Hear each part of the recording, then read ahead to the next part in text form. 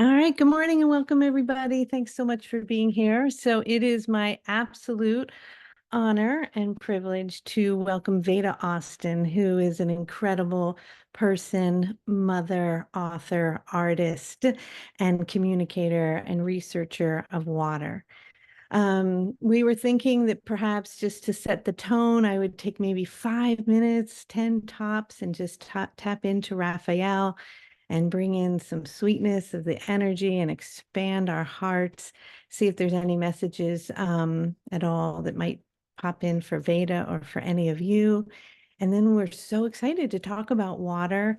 It feels like water is really coming up into everybody's awareness and consciousness. For those of you, all of you who've been with me for many years, as you know, one of the very first things in 1989 when I began to channel the Angel Raphael was Raphael said, it's all about the water. It's going to be all about the water. And I remember recording those little messages back in the day on tape recorders and going back, and it was one of the most powerful and important aspects. And so here we are.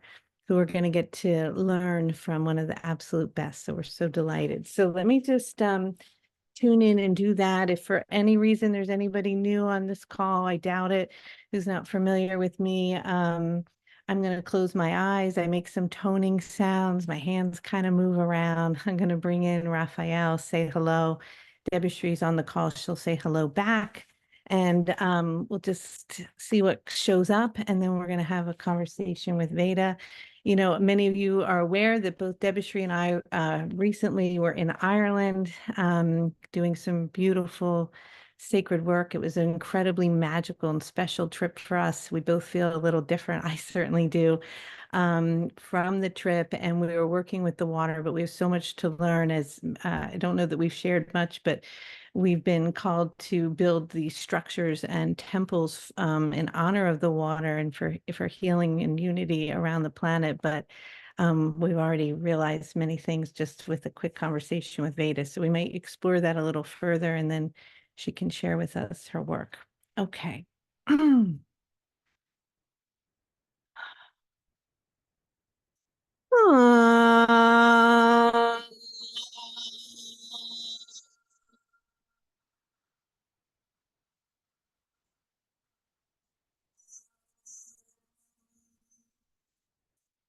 Yeah.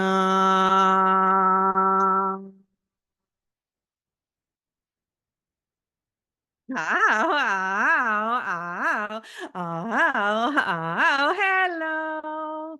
Hello, Hello, hello. hello. Hello, hello.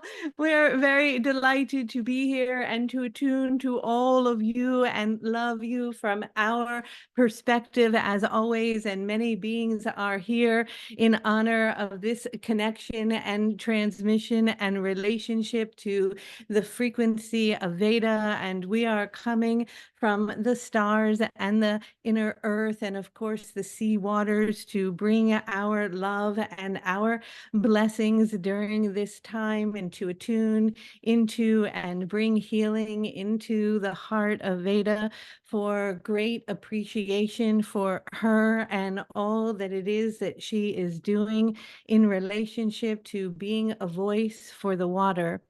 For it is that there are very few beings on the planet that at this particular time are able, through their essence, to be able to convey and bring these frequencies. And there is much gratitude for your willingness at this time, Veda, to carry this contract and to have agreed to so much, for it has not always been so easy on many levels, and yet there has been so much magic and light simultaneously, for the polarities in your human experience move in many directions, from light to dark, as you merge these energies through the 0 point birthing new realities. And so there is gratitude not only from many energies that are present today, but of course from the water itself as it washes over over you with its love and is here to wash away the tears that perhaps have been falling, and wants you to know that this recognition and ability and willingness to be the voice and the guardian and the ambassador of this element is of great honor. And through that, you have this remembering and knowing in your heart. And it is that not only you, but those that you have given birth to and brought into this world will carry on your legacy many years from now in the expansion and the connection to these great teachings and understandings. And so this appreciation comes with a blessing as beings are rising from the sea that you know very well, and yet have not allowed yourself to fall into their embrace, for it is that this longing then would carry you home. And so there is this wanting to be very grounded and present here as you are carrying out your soul mission to the full capacity of your ability, and this gratitude here is amplified for you. It is that some beings have arrived with a stone that is of an emerald green, and it is quite beautiful, and they would like to offer it to you as an offering and a blessing and a gift that will be something in which will come into your human experience in a tangible form as a receiving of this great gift into your heart to amplify the frequencies, to allow the full teachings and knowings and rememberings that are being transmitted through the water to be shared. For this is just the beginning of this communication that, of course, will continue to amplify and expand as it is opening the frequencies to allow those in other dimensions, not only from star systems, but within the earth and within the sea, who are coming back online to be seen, felt, and recognized, and attuned to through all of the elements and the beings of light that are arriving at this time during these beautiful moments, so that as you move through this time, you will be able to attune to their frequencies and they will support you. Before we say goodbye, is there anything in which you are wanting to ask of us?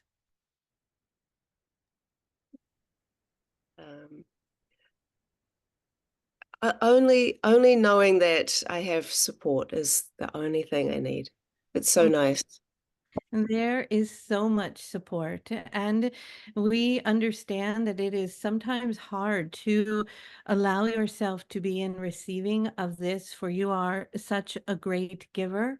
But as you can fall into the waters, which is hard to do because there is a knowing in your being that although you sometimes repel this frequency on a certain level, that if you were to fully surrender to it, that you would spiral back into your home space that is so adoring and loving as these sea beings come around you and hold and embrace you. And so you know that you rose your hand and agreed to come during this time of great transition. And sometimes it is not easy to hold all of this, but we want you to know that there are so many supporting you and will continue to, and you will always be provided for completely and absolutely.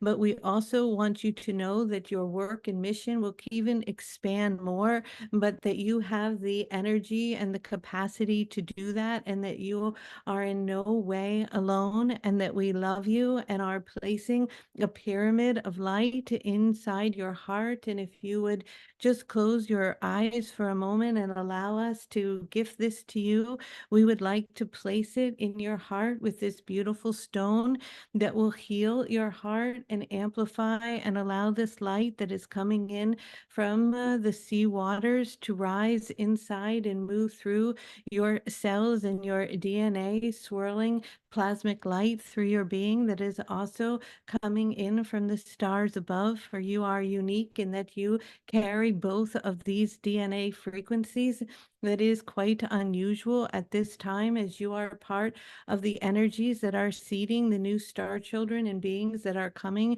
to shift the consciousness. And as the water begins to rise and even flood and move and melt across the globe, the codes that reside and are deeply held within them will begin to wash over so many, opening their hearts.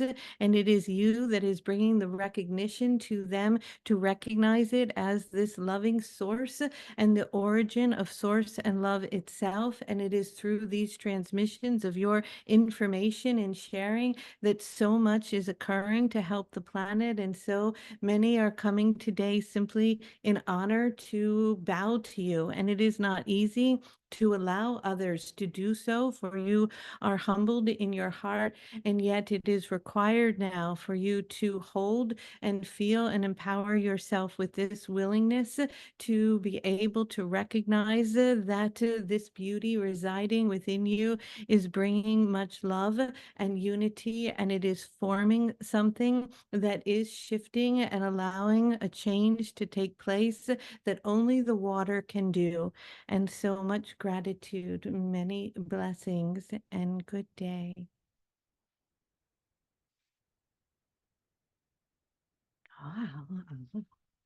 All right. Thank you so much. I'm just tapping into the sweetness there. And with that, we have a couple options. So Veda is filled with knowledge and information she can share with us. And Debashri is this incredible architect, artist, master of all things. And so I'd love to be able to combine both of these things and share both of their wisdom. So we started a conversation earlier, just a few minutes before we got on, about these ideas of the water temples. And so many of you know how Debashri, when she was in the Arctic, took the egg that I had carried for 30 years that was filled with so many codes of light to the Arctic. And she met Mateus, and he was waiting for the egg, and they got dropped in the Arctic. And so we'd like to just share a little bit about that. But and the water temples, and then we'll have Veda just share and anything that she cares to. So you also, if you guys want to just drop in the chat, if you have questions. I know people probably have lots of questions about some things that are more 3D, like healing with the water and hydrogen water and structured water and all of those things. So please let us know. And maybe I can monitor that somewhat and jump in as we go. Devashri, should we show what we were talking about earlier? Would you like to do that? Or Okay, let me make sure I can share my screen. Give me 1 second. Thanks everybody so much for being muted. I so appreciate it. And oops, here we go. This is where we started the conversation. So I'm just going to kind of be quiet and back up and let you guys have a conversation around this, and then we'll go from there. Hello. So these are some of the drawings that we've been receiving after all the travels to the Arctic and the Everest and Egypt. And they've actually honestly come through in dream time, and we're still deciphering them. And we were talking to Veda about them. And there's just so much to learn and explore. The idea is that we build a kind of repository of sacred waters that will also help us integrate energetically with the idea of the inner waters, which is something we've been connecting with, and understanding how water once kind of located as a grid perhaps of these temples across the planet can help us connect to these energies. And there's going to be so many things that we have to learn, the consecration of these waters and what is the experience that one brings with them into these tables, and how sound and mantras and vibrations and the different sacred waters would come together to create specific energies. And so these are some sketches that we've started off with. and the idea that there are containers and metal bodies which are also very sentient and almost moving. They were moving, they weren't static. And so there is the idea of creating this movement with the waters and the sound and the geometries. And so we're just starting to learn about these. Kelly, we can go forward to the next slide. And then this is the explorations at the Arctic. We also had information about the codes in the ice. And the idea was to be able to assimilate the communication that was very palpable between ether and matter. And then how do you compose these as these giant molecules of the landscape? This is an artistic residency, Veda. We were a bunch of artists that were sailing across the archipelago in Svalbard. And we just had hours of time on parts of the Arctic that have not been walked upon much at all. So very virgin territory. And the idea was to be able to document and then bring back that information. So we can establish an understanding and create a legible index or a codex of these things that we see in terms of what we see in the ice and the landscape and the stone. And so this is a representation, and I have several of these documents. And along with this was this idea of also imprinting that landscape with codes that I had received as, again, these transmitted drawings, like geometric ciphers. And so those were imprinted onto these landscapes. And simultaneous to this was the channeled information that Kelly was receiving from the beings that were, or I think it was the inner water that was communicating and trying to. Yeah, the inner waters, but it was also the light blue beings that were coming in, the Syrian elders were talking about as well. Yeah. And yeah, so it just so happens that there were all these geometries that were spoken about that were embedded in the ice. And at a molecular level, in some sense, these would then be released into the larger water bodies on our planet and perform some kind of task, right? They would be dispensed into the waters. And so in some sense, we have the melting of the ice caps, but there's also the release of these codes.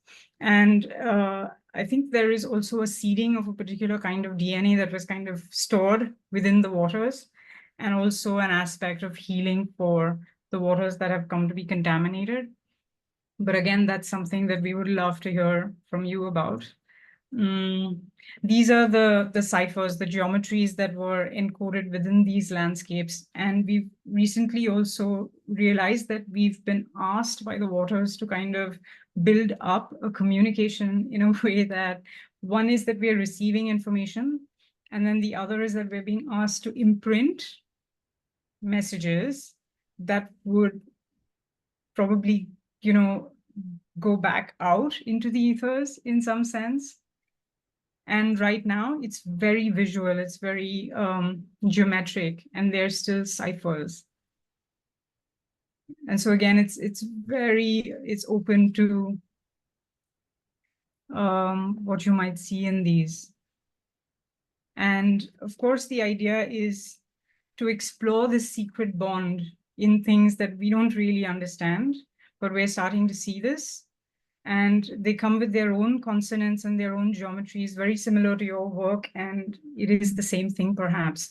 And there is a certain splendor in this language, and we're still trying to explore what it is that we would receive from these. And then how do we imprint that information also within the project of the temples? So the Arctic was an amazing experience. I was also carrying, along with the artistic residency and the work around the ice, I was carrying the the little crystal egg that you see there on the ice and the water. And that egg has been with Kelly for like 30 odd years, and it's been traveling to all the special water seas on the planet, and it's been implanted in several spaces, collecting incredible energy. And I was fortunate enough to spend a lot of time with the egg in the Arctic. So Please make sure you're muted. That- Thank you. Oh shit. So sorry. and eventually, just before I started on the 21-day expedition, I happened to meet Matthias. Matthias was sitting right next to me in the same guest house that we were put up in, and he had just finished his entire journey around the Arctic, and I had no idea. I had never met him before, and I had no idea he was going to be there. And he was right next to me, and I heard a voice in my head saying, "You have to go and meet him and show him the egg and talk to him about it." And so I go up to Matthias and I tell him that this is an egg and I'm carrying it, and it's been all over the world. And do you have anything to share about it? And he's like, "Oh my God, so you're the one with the egg. I've been waiting for the egg," because he's gone around the island, finished seeding it. And he said that there was the masculine tasks that he had performed, and then he had received a message that his task was not going to be complete without the egg. And so he was just sitting there, I guess, waiting. And he handed me a few crystalline geometries, which then, ended up continuing their journey with me and with the crystal egg. And it was also interesting because the geometries that you saw in the images before have been embedded with sound that I was kind of playing in the landscapes. Also, the geometries were embedded with the ice, with the egg. So there is a lot of unseen information in those images, but it was just part of the artistic process.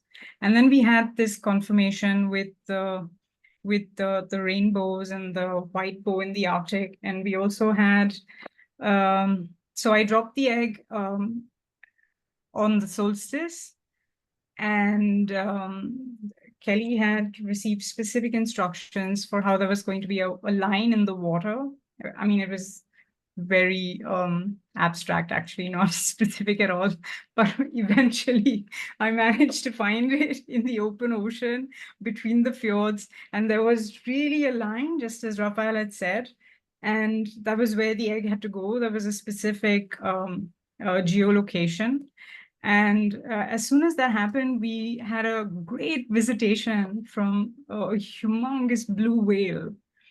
And that wasn't very, and 100 beluga whales that came to our vessel with the dropping of the egg. And that was really phenomenal. The captain was so thrilled. He had no idea, by the way, what was going on as part of the residency as well. So that was our little Arctic journey. And so, Veda, we have 3 or 4 key things that we're so keen to learn about. One is, of course, the inner waters, and the codes in the Arctic ice, and how are we to receive them? How are we to decipher what we see and build this secret code and communication? And there is another piece of, which is something we explored in Ireland. We had this amazing trip, and Kelly ended up opening 9 portals, and which brought us into a whole other set of information about how the waters were conducting and orchestrating this piece with time travel. And so that is something we'd love to hear about from you as well. So mostly those are the themes that we'd love to discuss and open up. Okay, well, there's a lot to unpack there. That's a lot, I know. But things I see things in a very simple way. I think that that's the beauty of water, is that where you have a truth when things aren't complicated and they make sense, and that the deeper you look, the more sense they make. And that's what I find with water. It's it should be simple and it should feel right. So one of the things you started off talking about was about imprinting water. So I tend to not use the word imprinting because that tends to be another thing that we as humans are putting upon water, because we have forgotten that water has intelligence all on its own. And that in many ways we are bodies of water. So it's actually more of an offering when I think about that. So I feel like our terminology over these many, many years has still been treating water as something that has no intelligence. It's just there. And if we do something to it, that's going to make it better. And it's usually something we do to improve us as a human race, or us as far as our health goes. And we've forgotten the power within us. It's almost like we have within us all of the answers. It's not almost like that, it is like that. The sacred water within us, this living water within us, is also outside of us, and we just haven't recognized it yet.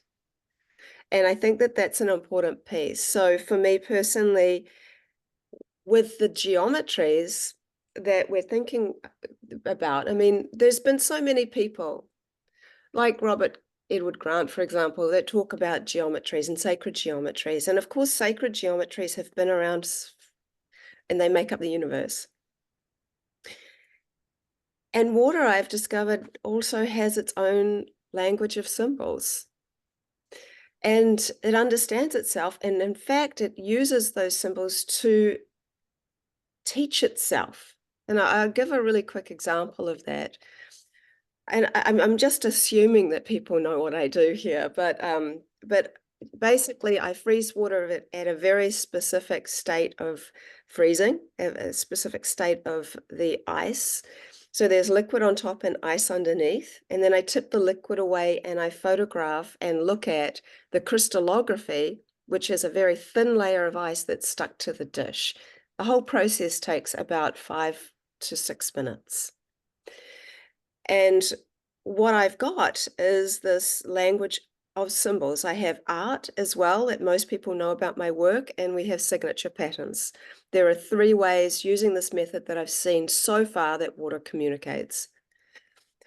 But I was doing a study on 5G when it first came out, and there were so many people having so many reactions to it.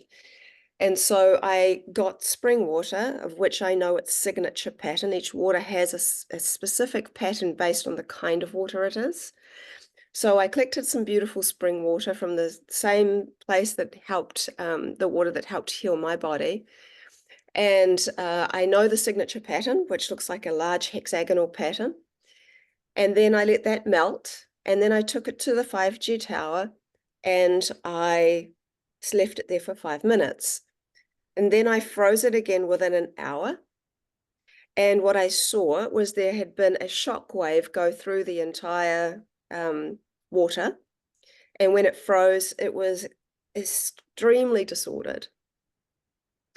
Its disorder was significantly worse than tap water.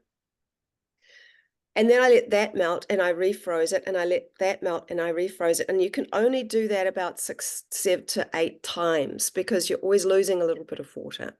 But it was only on the last time I started to see some fern-like patterns coming back. It took an extremely long time. And I was very, very worried about that.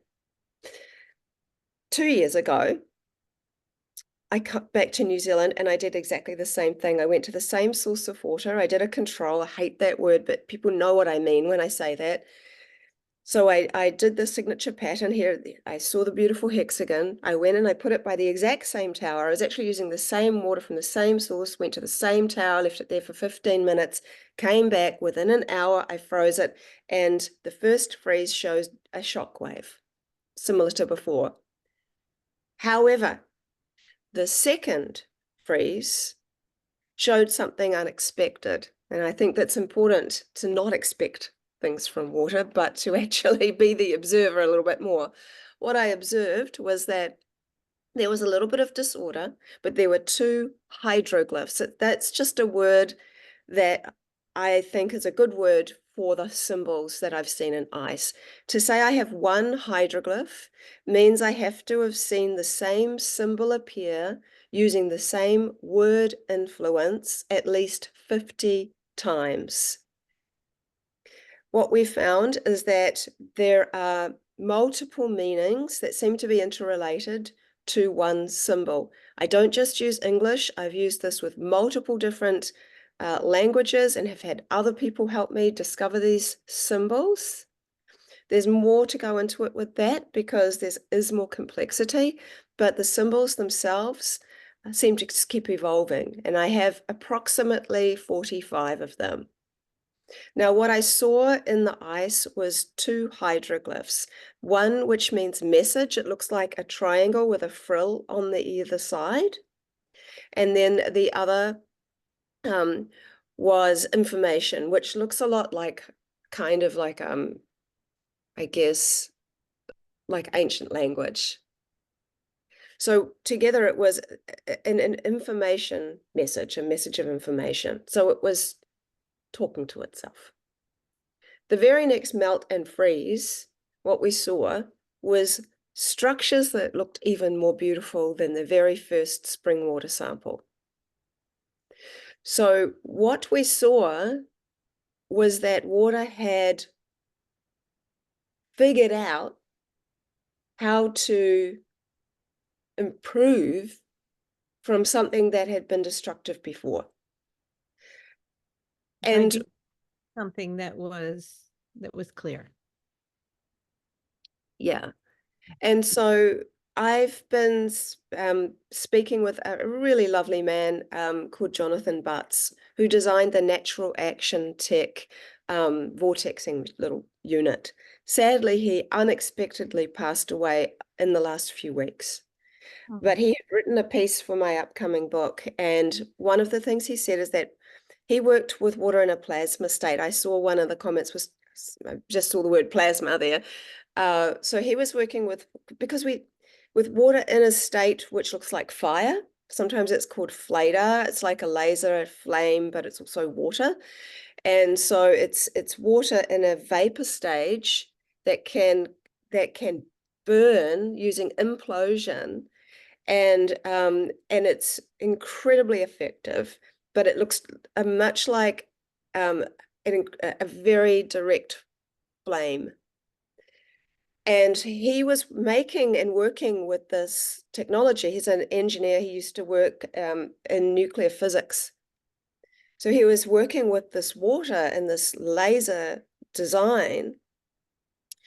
And what he was trying to figure out was how long they could run it for, because they wanted to be able to run it for a long time.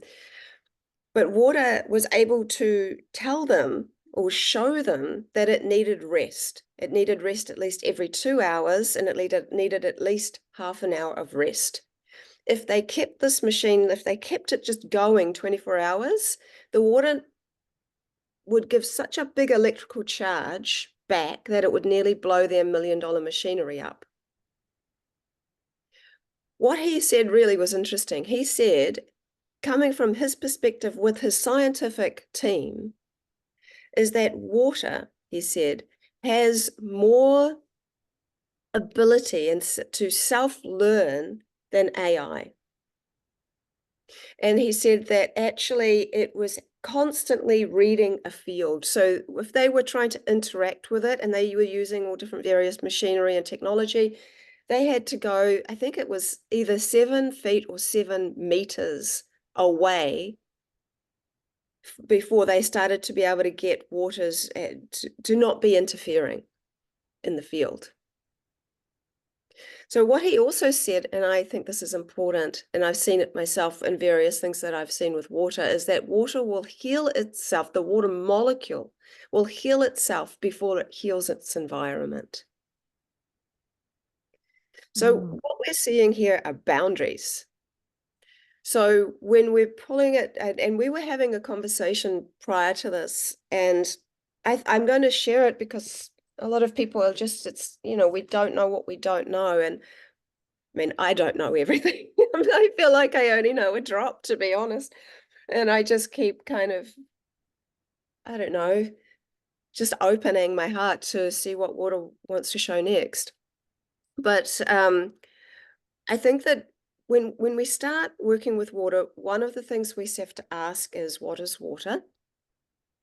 And a scientist will probably tell you it's H2O, which means it's oxygen and it's hydrogen. When you look at the hydrogen, there are two hydrogens. They are feminine in the mode of levity, and then there's a large oxygen, which is masculine in the mode of gravity, and together they create balanced liquid water on Earth. Then we were talking about bringing different waters together and kind of making a unified water from different sacred sites. And I want to say something on this because there is something people probably should hear. I guess I'll say that. I don't want to ever tell people what to do, because I think that you know, we all have these good intentions, but there's something that I think is very true about what I'm going to say. So several years ago, maybe 7 years ago, I was very last minute invited to this event, this water event in New Zealand. And it was like an hour before I was meant to be there. So I went completely unprepared. I didn't know what to expect. And there had been, I think there were like about 27 elders from around the world that had come together to bring their sacred, beautiful water to New Zealand. And they were going to join it to all together, all the waters together in one beautiful vessel. So I looked at every person's water, I heard every person's story, and every person's water had beautiful clarity. Now, you can really tell clarity when you hold it up to the light and see how much light comes through. So different waters have different clarities. Each person's water had beautiful clarity. So they all began to ceremonially put all the water together into a container. And I had a weird feeling about it. Something about it felt wrong. And so because I was like just kind of really knew that, you know, I was on the outside really of this, and I'd just gone with someone that was part of it, I sat and watched more than anything else. Within 2 hours, the container of water that they'd put all the different waters in had turned a kind of light brown. And what I would suggest and say is that water, surprisingly, is a lot like blood. We have different blood types. And so where did water come from? And there's several ways in which we can look at that. Science can tell us that two things, because the jury seems to be out. One is that water came from asteroids and meteorites, and they base that on how much deuterium is in the ice of the meteorites, because we have more deuterium on the surface of Earth's water than we do coming from the inner Earth's water. Well, actually, it's within the Earth's mantle. It's called primary water. And there is supposedly 3 times as much drinkable water within the Earth's mantle, held within the ringwoodite crystal, than there is on all the surface of Earth, including the sea. That's a lot of water. But we're told we're running out of water, apparently, and so where there's scarcity, there's value to people. And so you kind of have a little look at that, and then you go, okay, well, if water came from meteorites and asteroids, they would have come from different places. They wouldn't have just necessarily come from one big asteroid that brought all the water here. That's unlikely. It's more likely that there have been multiple different asteroids that have hit the Earth to bring different waters from different places, giving us different energy around the world and from different bodies of water. Of course, then you can't take away from the fact that water recycles, water reincarnates, water evaporates, goes to the clouds and come back. But we always remember where we came from, where our origins are. We might not think we do, but the water itself has a knowing of where it came from and where it developed, where these origins are. And at the same time, there is a divinity within all, of course. So if you might imagine that water that was originally or sort of predominantly stayed or lived or existed on a planet came to this planet, it's going to bring a different energy. And so there's certain places around the world that hold different energies, and some of them are very heavy. Why is there so much trauma in the Middle East? You think of the Euphrates River, and you think about some of the things that have been going on there. Where did that water come from? There's all these biblical stories about, the Garden of Eden and these waters that go through it. And then there's a fall. And then there's all these things. You start going into that area and then you start thinking, well, where did the water come from? Where did that originate from? What pattern is recycling there? What trauma is there? What needs to be learned, healed? Does that water want to go home? Does that water feel unhappy here? Like, what's going on?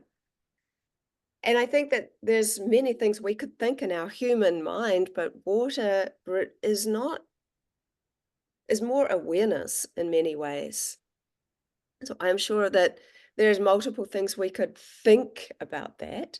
But my observation is that there are different energies of bodies of water, big bodies of water around the world. And I think there are 5 main types, or if we think of blood types, water types. And so one of the things that I also think is that the water within the Earth's mantle, it comes, there's not tons of it. So it has come up and it bubbles up, but usually from a high kind of mountain or like big hill, and it'll bubble all the way up, and it's got very low mineral content. So deuterium can be kind of seen with its very low mineral content. And so most deuterium, has a higher mineral content on the surface of Earth. So it's one of the things that kind of helps to age us just a little bit. Deuterium depleted water seems to be able to extend longevity just that little bit more. So this is an interesting one when you start thinking about it, because I remember Jerry Pollack, and this is just a random thing I'm thinking of. He's become a very dear friend of mine, and he wrote The Fourth Phase of Water, because we have a liquid, solid, gas, and then a type of gel or plasma, and that's the kind of water inside of our cells and all these different kinds of things. But he said that there was these studies done on 2 different species of animal, like insect. One was a spider and one was a termite.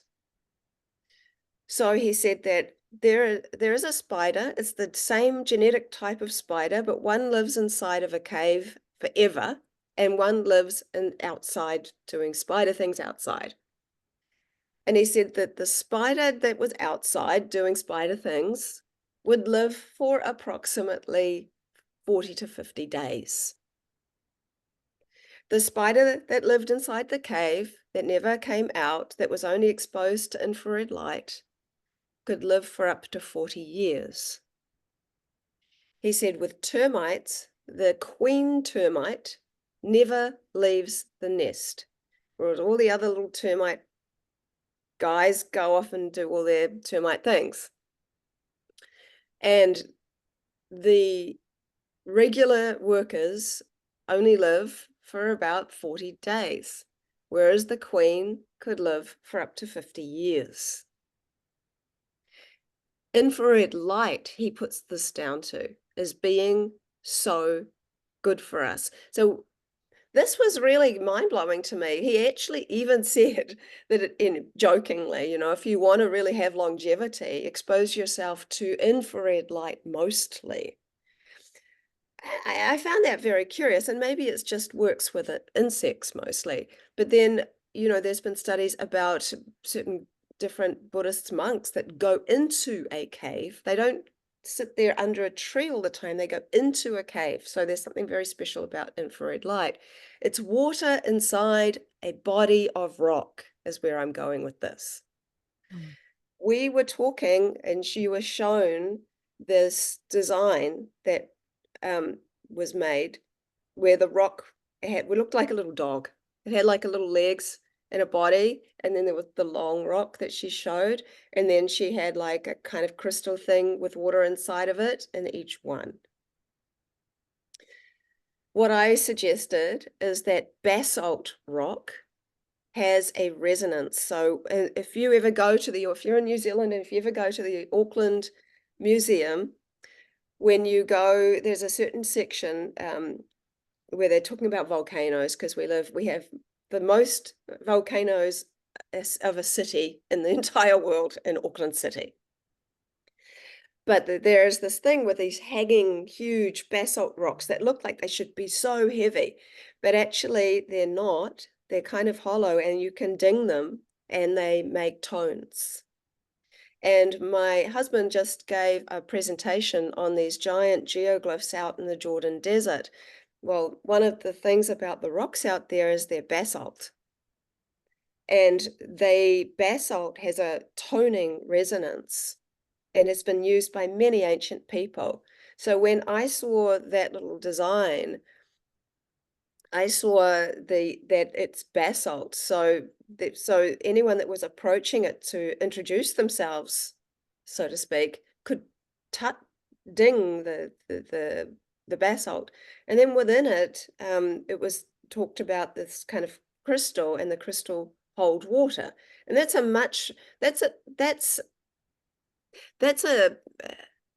great idea.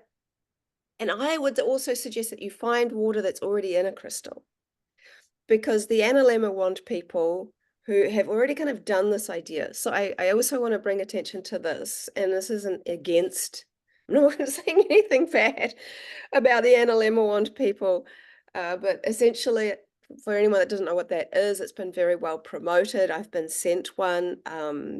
I've used it. That's why I know what I think about it. So essentially, they've made a quartz crystal wand, and they've put what they call mother water inside of it, and then it has this little silver tip that you hold. So basically, you're supposed to just stir your water with it, and it's meant to structure your water. This is a very big blanket term that we use, is structured water. And I'll get into that if anyone wants me to. I'm happy to talk more about it. What I've seen, and using tap water as my control, which has a lot of natural disorder, which is why it's helpful to know signature patterns, is that when I've used the analemma wand, although they've said that it's passed all these scientific tests, that's not what I'm so much interested in. Because just because something might have a higher electromagnetic field or something, I don't know if you realize that the power of anger. Power of anger gives you a big electrical field. It doesn't actually just bring it all into you. You're exploding it out. That's why everyone can feel anger. Love goes further, but what I'm saying is that just based off electromagnetic fields and various different things, we want to know what the feeling is that's coming out, what the energy is, and that it's powerfully good. So whenever I've used quartz tends to restructure it or improve the energetic qualities of water. It makes water feel better, should I say. But then what about the water inside that quartz? So what I see as a signature pattern of quartz, I don't see something different than that. I see that water will design the wand. And I would say that I spoke to them at the water conference the last one I was at, and I met the creator of this. And he had this and I said to him, why don't you just make it so you can twist it off? The little handle off, So you can set the water free and then fill it again. Why don't you just make that little adaptation, and it would make all the difference? Because in our human body, the water isn't stuck. It's not stagnant. We urinate, water is always moving. Water that is naturally formed or held and in a womb-like space within a crystal does something that man-made things don't do. And that is that you can always tell the water inside of a crystal because it has this rainbow quality. You can see the rainbows coming out of it. This wand that they've made there's no part where you can hold it up where there's rainbows. And so when you're creating something that is a temple, I think it's important to start to understand, perhaps, and it's just from my thoughts, that by trapping water, but no matter what the right feeling might be, and a lady came to me, bless her, and she said, I've got these beautiful necklaces and I'm putting water inside of them and they're going to be held to the heart and they're going to be this and they're going to be that. But water is wild. It is wild. And the counteract to that, like if you paid by devil's advocate, you could say, well, the water knows and it's there and that's its purpose and this and this and da. And it's, and all these things. But from what I've seen is that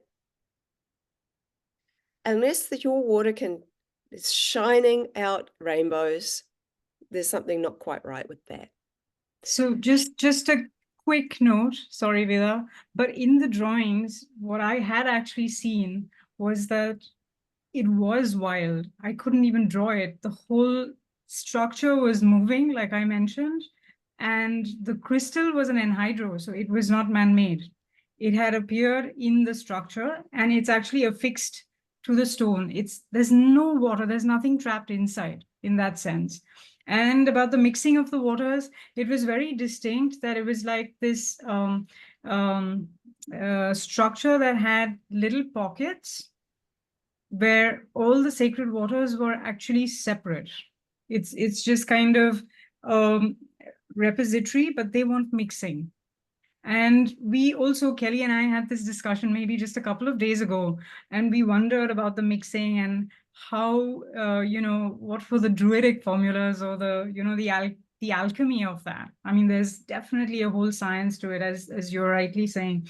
And so the drawing is probably falling short, and I'm so sorry, but you're so right. The water had this wild, free energy, and I do see how trapping it is,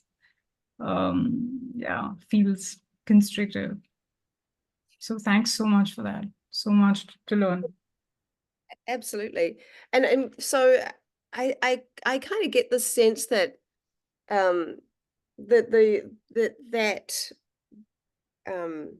design that looks like this is actually really potent as well, because you have an upright and a horizontal, and there's something within that design that you've created that's really potent. And if they were to move, and so I'll give an example of Atlantis. So I just did my Ancient Mysteries webinar, and one of the things I talk about Atlantis is it being like a atomic clock. So if you imagine that in the center of Atlantis was like a water wheel or just a center, and then you have these outer rings, right? But if those outer rings were to move around themselves, you would have an atom. And so that's why it's like an energetic atomic clock.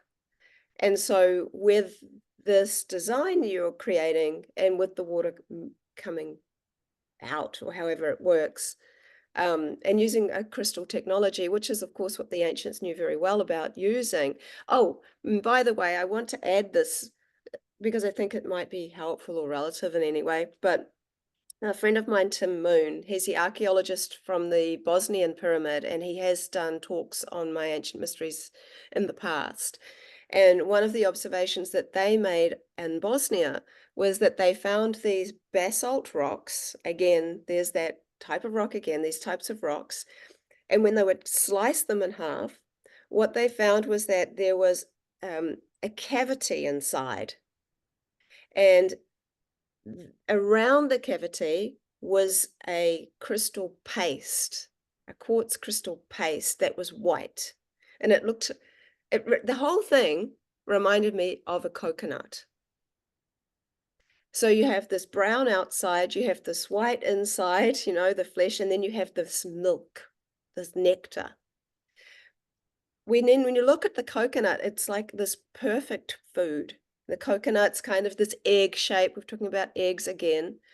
And so when we're looking at this, when they had opened it, they'd found there was nothing in the middle. There was no liquid, but the paste was wet. So it was likely that there was water within it. And he said that they were used as a technology. And they were actually not natural. They were created, and the ancients knew how to plant seeds, so to speak, so that the rocks could grow a certain way.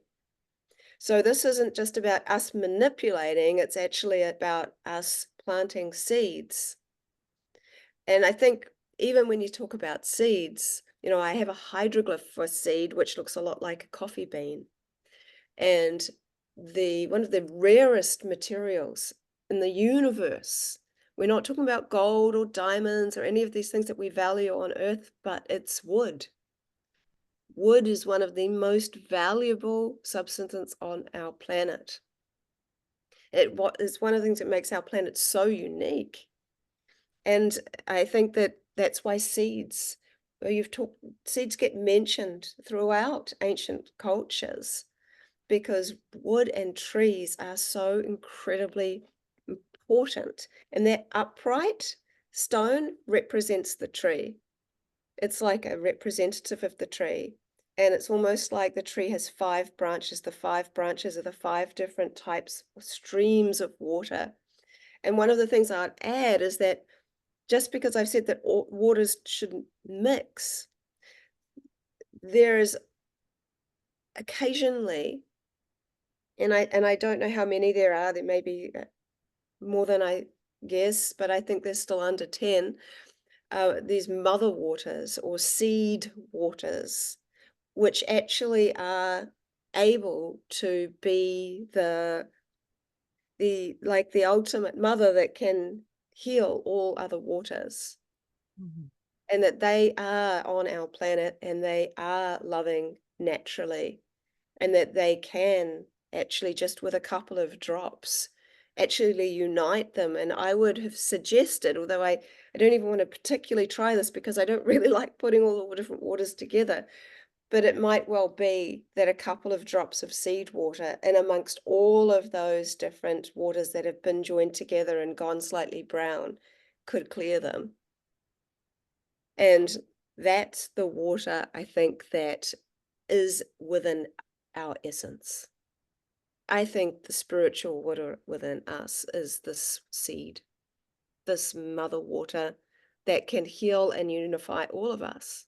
That's why we want that, because deep inside there is a memory that we can do that. And that brings the power back, not power, that brings the love back. And love is that wonderful thing that when you give, it just keeps on getting bigger. Mm. So that's my 2 cents on that anyway. Thank you so much. That is really beautiful and very grounding. Thank you, Veda. Mm-hmm. There's lots of questions, I think, as well. I'm very happy to answer a number of the questions if you want to ask a few of them. Yeah, I think people are, in terms of their health, then where is the mother in the seed water? How do they connect with it for healing their body? And structured water and hydrogen water and all these things everyone's hearing about is so important. Yeah, I again, if I can bring it into simplicity, the essence, I think, of who we are, this divine consciousness, the divinity is within the water. And if our skin was invisible and our organs were see-through, we would see ourselves as moving, living systems. We wouldn't feel like we were so different than all the other things. I think that the seed water that I'm talking about, this mother water, suddenly it makes it seem like the rest of the water isn't as good as that. I don't want people to think that. I think there's just different types of water. And then when the water evaporates, it comes back into more of a oneness. It's actually a kind of beautiful, really, because when I think about the spiritual water, I think about the spirit. In the Maori language, the word for spirit is wairua. Very rudimentarily said, that kind of can be defined as two waters, spiritual and physical waters. What we tend to be working with in our regular day-to-day field is the physical waters. When we cut, we bleed, we have saliva, we urinate, all these different things. We drink water, we bathe in water. This is all the water we see. But what about the water we don't see? The water we don't see is all around us in this air right here. Is that water inside of us too? The fact that we breathe out means that there's water in the air. There's a kind of water participation. The water in the air is attracted to electrical charge, and that helps give us a web that allows us to feel energy outside of us and bring that energy into the intuition, which is also completely water-based, within us. Our gut, it's said that we're hardly this human part of us. We have all of this bacteria within us, and the good bacteria, so to speak, is also its own water being. And this intuition in our gut that even can tell us and give us a warning of something that's about to happen. That's that feeling we know, oh, I have a sense that something's coming, like I should be aware. It's a mix of this intelligent water within us, mixed with the intelligent water with the other intelligent beings within us, that are able to actually give us a feeling. And that feeling stems from the fact that there is water in the air, giving us information based off the fact that water is always in communication with itself. And when we die, people will say the spirit, the subtle body, the soul leaves the body. Even the atheists will say nothing happens. Nothing happens, but biologically some things happen. What does happen is that the water evaporates and the salts and minerals and everything go back to the earth. Now, how is it that people have a near-death experience? How is it that people dream? How is it that people have out-of-body experiences, if not for the fact that water must play a part in this role? What is consciousness? Is water conscious? Or is our consciousness impacting the water? Or is it that there is something divine that the water holds and is never without? I don't actually know. But I know that water and consciousness are so intimately intertwined that they behave as one, always and in all ways. And so when we think about this, I tend to think about water as having many subtle layers. And I think one of those subtle layers is that it can be the observer or the witness. And that when people say that they can see spirit, they tend to see it as a vapor. And I think that conscious spirit will be able to be observed one day scientifically, as in leaving the body, and that if it's a type of vibration or vapor, or it's in alignment with ether. And I think water and ether, people think that ether might not be, it's separate, but actually we've now seen that water can also be like fire. That means now it's within all the different elements, and ether seems always like this one separate little thing. And I can't speak into this too much because I'm still feeling into it all. But there is a connection between hydrogen and ether. And a friend of mine thinks that hydrogen is the spirit of water. Plasma is the mind of water. Liquid water is the body that houses the spirit of water. And if hydrogen is the spirit of water, then every time something is evaporated by the sun, it is the creator bringing its children back home, because hydrogen means the creator of water. Hydro is water, Genesis, the creator. So when we start looking into these areas, there is something very profound to start thinking about water and spirit. So in healing, people are always going outside of themselves to find the healing. No healing, no pill, no nothing you do is healing you. Nothing. Because you are healing you. You are responding to the pill. You are responding to the thing you take, the medicine you take, the plant medicine you take. It is you that is responding to it. It isn't healing you. You are healing you.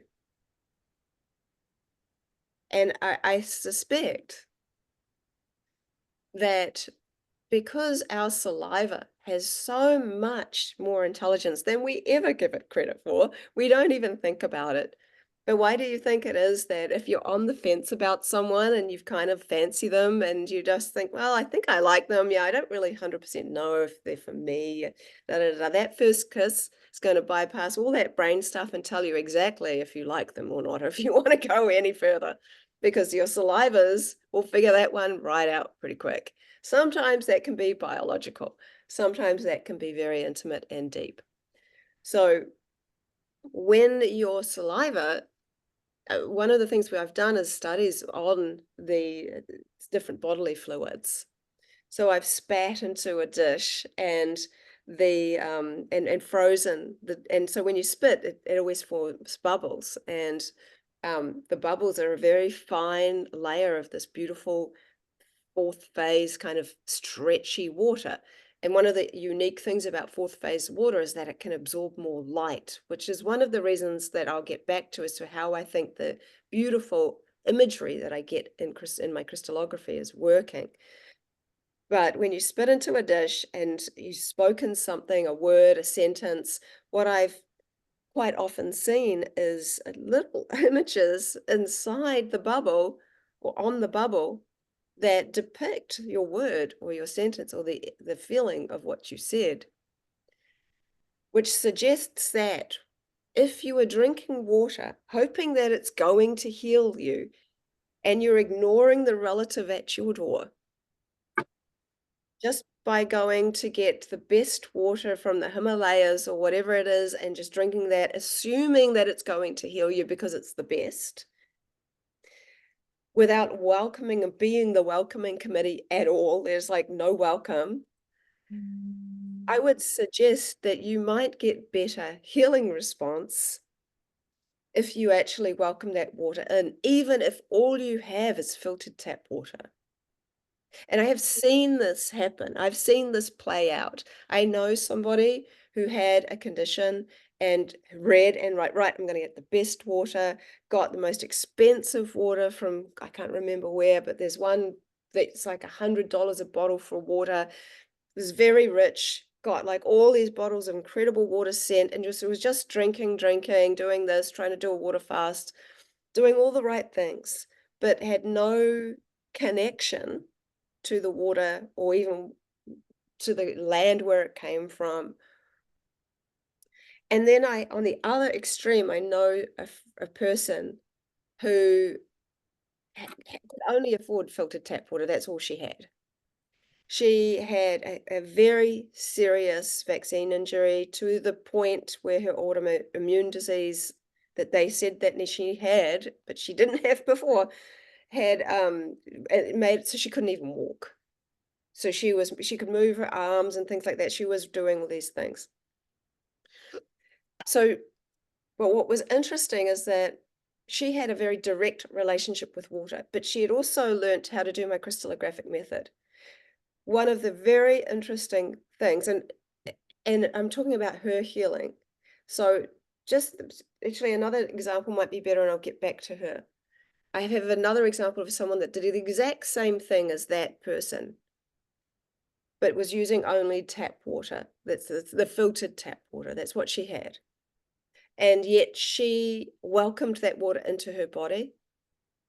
She knew that the first fluid that she was drinking was going to be in touch with the first fluid, which was the saliva in the mouth, and that they were going to have a conversation. They're going to have a conversation. They're going to introduce themselves. They're going to get to know themselves. That water is becoming part of you. So what is your environment like to invite it into this sacred temple? And I think that we've been going out trying to find all this stuff that's going to heal us, forgetting that actually there might be something going on that doesn't feel right within the body, but that the water that we're about to drink is also coming in. So we still have the ability to be welcoming, to be loving, to show love, to keep loving despite the fact that we might not feel so good. We have the choice to be a loving, kind, and welcoming person. So to be able to welcome that water in, that enables that water to actually work way more efficiently and feel loved. One thing I've seen is that when you put tap water next to spring water and leave it overnight after doing controls, not only does the tap water improve structurally, which you kind of you could sort of expect that, I suppose, but the spring water improves. The spring water improves because water is designed, its natural tendency is to improve things. So by having purpose, it even expanded its structures even more. When I did the study on egg albumin, so I always thought, what's the most informed water going to be naturally? And I thought it would be amniotic fluid, but without being able to easily have access to that, I was able to think, well, eggs, they're in a little house, they're a container of life or the potential of life, and water reads potentials. And I say that by using seeds. Sunflower seed in the water for 30 seconds remove will show the outcome of the potential of the seed and show the sunflower. Same thing with the flax seed, it will show the pods from where the flax came from. Same thing with the apple seed, it designs the apple. So water is reading the potentials. And so when you get into the other aspects of water reading potential, I think that this is a side note, water is always going to read your potential and is not your potential for bad. So, because that's not the way water is designed. Water won't design crystallographically through anger or frustration. It won't design complex imagery. It can't, it won't. Not because it's not judging us. It simply doesn't resonate at that frequency. And I think that's really important to know. So this suggests that when you have the, so I just wanted to add that. So when you have a free range egg and you crack it just slightly and you let the thinnest part of the egg white drip out, not the gloopy part, the thin part, and you freeze that for about 10 minutes, and anybody can try this, it's super fun. What you'll see, I've identified 6 patterns that I've named. And so they're the volcano shape, so it's a very sort of 3-dimensional, this volcano shape, which also, and then there's these different flower shapes, there's various different complex patterns, but there will be 6, or at the very least 4 in free range happy hen eggs. Now, based off Luc Montagneu's work, who does this whole thing called DNA teleportation, which is a whole thing. He was got a Nobel Peace Prize for discovering AIDS. He got 2 test tubes of pure water, put a sequence of DNA in one and none in the other. He put them side by side, not touching, 7 hertz frequency in a copper coil, was exposed to ambient light for 17 hours. When they put a precursor to see if there is DNA at all within the water that had none in it, they found the same sequence of DNA in it. And all it had done was be beside the other one which had that same sequence in it. So this is phenomenal. And it was repeated. Poor guy ended up having this incredible career, found this, discovered this, and no one believed him. Well, obviously certain people did. Even though he had repeated it and others had repeated it, he was absolutely shunned in so many ways, and he died a couple of, a year and a half ago. I had the luxury of meeting him. But anyway, I thought, well, what if I put a free-range egg next to a caged hen egg? I wonder if one will influence the other, or maybe nothing happens. So I did controls, because caged hen eggs can only form 2 of the most of the patterns that free-range eggs can make, and sometimes they don't form any patterns. They just look like a gloopy, like there's no real pattern or order. And because I've done thousands of these, I know exactly what these patterns are. This is not me influencing the egg. These are the natural patterns of eggs. So that's why it's so easy to do. So I put 2 eggs side by side, one free range, one caged hen egg, and just, they weren't touching, they were side by side. I left them overnight. And then I cracked it open, got that thin part of the albumin, and froze that. And what I saw for that one was that the free range hen egg had stayed perfect, beautiful, patterns were gorgeous, but the caged hen egg, it had improved. It had actually got 4 patterns rather than just 1. So when I shared that on social media, people said, oh yeah, that's cool, but like, what if you're surrounded by bad eggs? Surely it'll go bad. That's just the way we think, I guess. And so I did that multiple times, and I have 2 examples that I tend to share. And what we saw was healing by proximity. The free-range egg in the middle, every time, stayed perfect.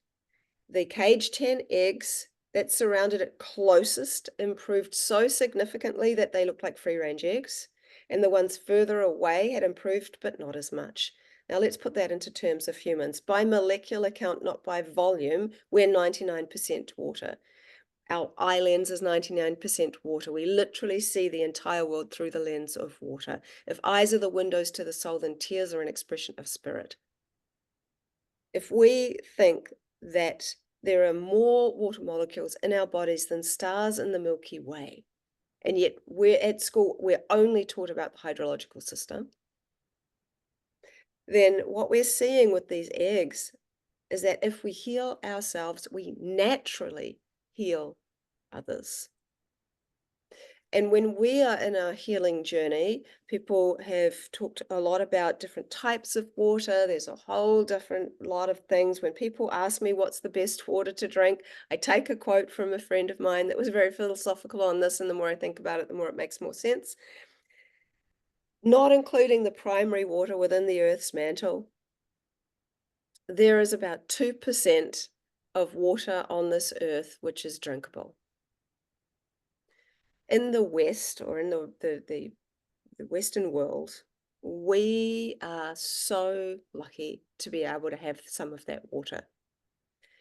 Drink the water that you have in your glass, whatever that is, because it's found you. Water goes through the clouds, the trees, the birds, the bees, the earth, our ancestors. That water has found you.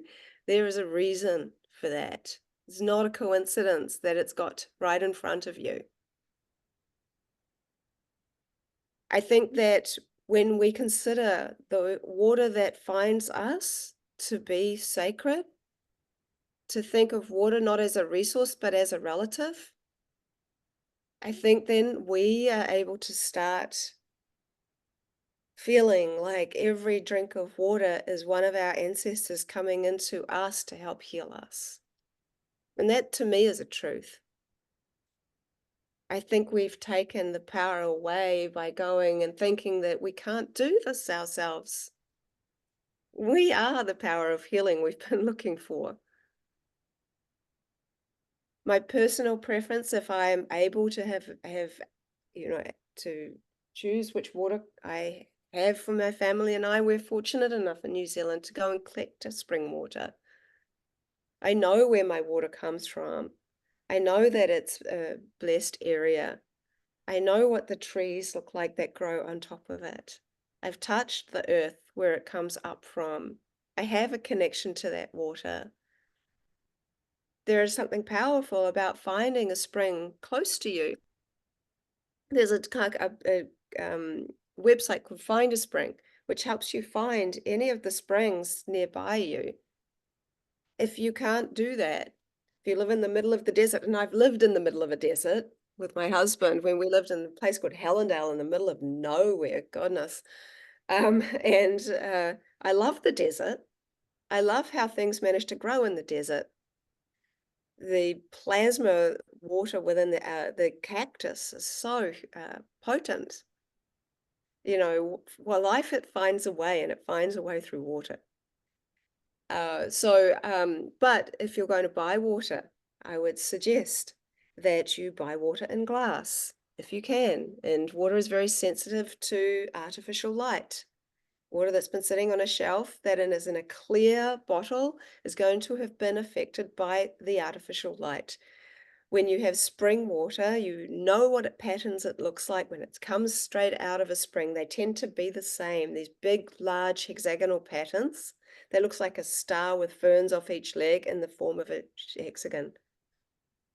It starts to change structure fairly promptly, especially if it's exposed to light, because it's come from the womb, you know, it's been in the infrared lights, this situation under the ground.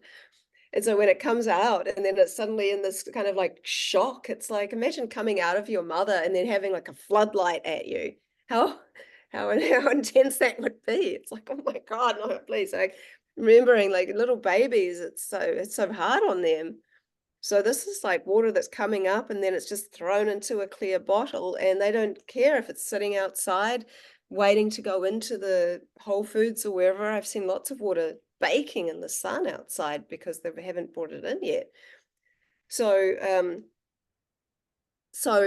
what we see is that water that's held in a colored glass has the structures stay longer, more. And what is the structure I talk about? But I'll get into the colors. Colors impact water just like they impact us. So green is it's a good color. There is a company called Mountain Valley that has their water in a green glass bottle. When I go to the States, I tend to drink that. It has a really interesting mineral content, so you can really taste that. But whenever I go to Sedona, there's a little spring that just keeps on going, that all the locals go and fill up, and it's such beautiful water. I love the water from that little spring in Sedona. But then you have the brown. Very rarely do you ever have water in those amber brown bottles. You don't see that. You see that for beer, you see that for alcohol, but you don't see it for water. But actually the amber color is a much gentler color than water in a red glass bottle. Now there are variations of the colors too, and they all have an effect on the way in which water structures, changes its structure. But my favorite, there's two favorites that I have for the container of water. So even if you can just get your filtered tap water, if that's what you've got, that's what you've got. I would say one of the best things that you can do is vortex it the best you can, whether that is getting a crystal rod or something and then just stirring it one way and stirring it the other, and do that for as long as you can, or you buy or invest in some kind of vortexing unit or some flow form unit or something like that. Swirling the water, putting it in a gentle blender will make that kind of tornado shape. But bringing it back into, or even actually what I like to do is get 2 waters and just move them like this. That's kind of so simple, right? It's very simple. It's more natural. And then you can, if you have it in a bottle, you can stir it. You can just swirl it so it starts creating that kind of vortex. It kind of just enlivens it a little bit. It kind of takes away. It's like, you know, when dogs get out of the water and they shake themselves? Well, this is like water doing that. And so when you then put it, the container, if you get a glass cobalt blue bottle, and a friend of mine has a bottle, a company called Blue Bottle Love in Hawaii, and she ships all throughout America. And she's lots of choices, but the color is right, the blue is right. And then you can make something called blue solar water. And blue solar water has been around for a very, very long time. The ancient people would, when they were able to make blue glass, they were able to then use that blue glass for various different things around alchemy. So when sunlight, and this is the only time I would even suggest putting water in sunlight, as long as it's being filtered through this blue glass. Now, glass is essentially made of silica. Silica is a type of crystal. Crystals store information.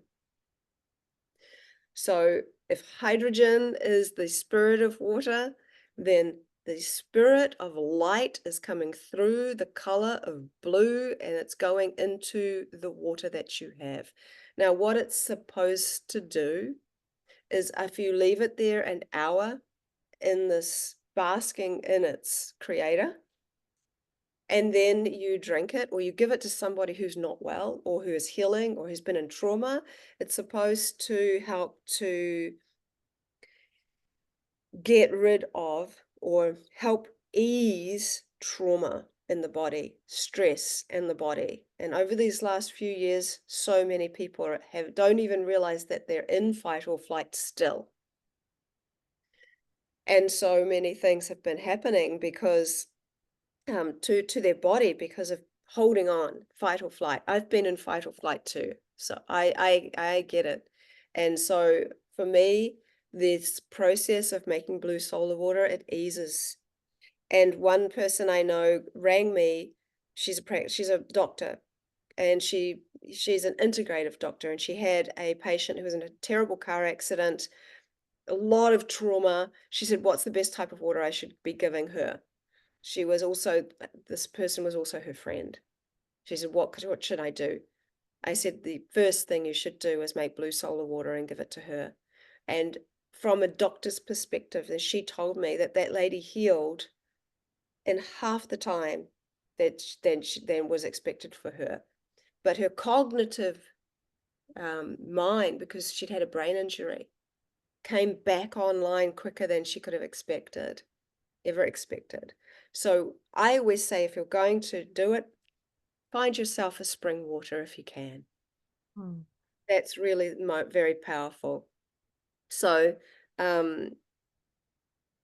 another thing that's nice to do to keep you connected is when you're in the shower and there's all the steam on the glass, write in the steam what your hopes and dreams are, what you want, but what your outcome is, or what your message to water of gratitude is. I often draw little hearts and things like that. The company's called Blue Bottle Love. And I mean, you can probably find them all over the place. I think I've seen them in Sedona at my favorite cafe called the Chocolate Tree or something like that, I think. But they're all over the place, and she's great. Caden's lovely. She sent me several bottles, and I use them a lot. And I can, and I would also say that Myron glass is also very good. But Myron glass has a different energy. It's that it almost looks black, but it's actually violet. So if you're an energy worker, an energy healer, and you're working with people like this online, I had one lady who did a lot of therapy. So she's hearing a lot of heavy, heavy stuff from her clients. And she said, like, I'm worried that the water I have that I'm drinking is picking up on all of their energy. And so I said, well, it's different than the blue glass. I would use Myron glass because that helps the water to not, it keeps it very insulated. The purple color helps water to, and I would also recommend that color if you're flying on a plane. If you have a Myron glass bottle, then it's M for mother, IRON. It's a special type of glass, and you can get Myron drinking bottles, I think. But that's really helpful for EMF protection. It's really helpful for energy protection from the water. It keeps the water dark, which is great. I wouldn't recommend using it in the same way as a blue solar water. That's only for the color blue. But the other one is really great if you're concerned about being in an environment where there's lots of heavy energy, but you want to be able to drink your water. This is Veda, this is just incredible. Thank you so much. You've given us so much invaluable information. I just know that you have to be somewhere and the time is passing, and I want you to be able to do that and be relaxed and get where you need to go. But wow, and what a beautiful message for everyone to know that sometimes we feel like we have to buy all these expensive things, but if we can just bring our heart and be sacred and, as you say, have a relationship with the water, that's more than anything. And it's such a beautiful reminder for people, because we do tend, I think, when we're trying to get better, to grasp at anything outside of ourselves and get anything we can to help, and yet it's an internal process. So thank you so much. You're very, very welcome. Yeah, I'm going to a wedding, so I thank you for just letting me know, because I can talk for 12 hours nonstop. Yeah, So. we were getting past time and I didn't want to interrupt you, but everyone in our community is so grateful and thankful to you and all that you do for us and for the water. And we hope that you have a beautiful wedding and an amazing weekend, and we love you. I appreciate that, and I love all of you. Thank you for being here. From my heart of water to your heart of water, I honor you, and I know just how much you can do and give to the world. Every single person, everyone here, and all of the people. I think that's the key. Water doesn't judge. It's always going where it needs to go, and it doesn't say, well, I don't like the look of you. It does that. All right. Thank you, everybody, so much. I appreciate you all. Thank you. So many blessings. Thank you, darling. Thank you, everybody else, for joining today. I so appreciate you coming on. And just a quick reminder, we're going to be preparing also for the solar eclipse, and Dr. Alex Lang will be with us tomorrow at 2:00. I recognize it's Easter for a lot of people, but if you're home and you can join, that's going to be another amazing discussion and preparation for the big energies ahead. So grateful to Veda and to Debashri and to everyone. I love you all, and many blessings, and I'll see you tomorrow at 2:00. All right. Love, love. Bye, guys.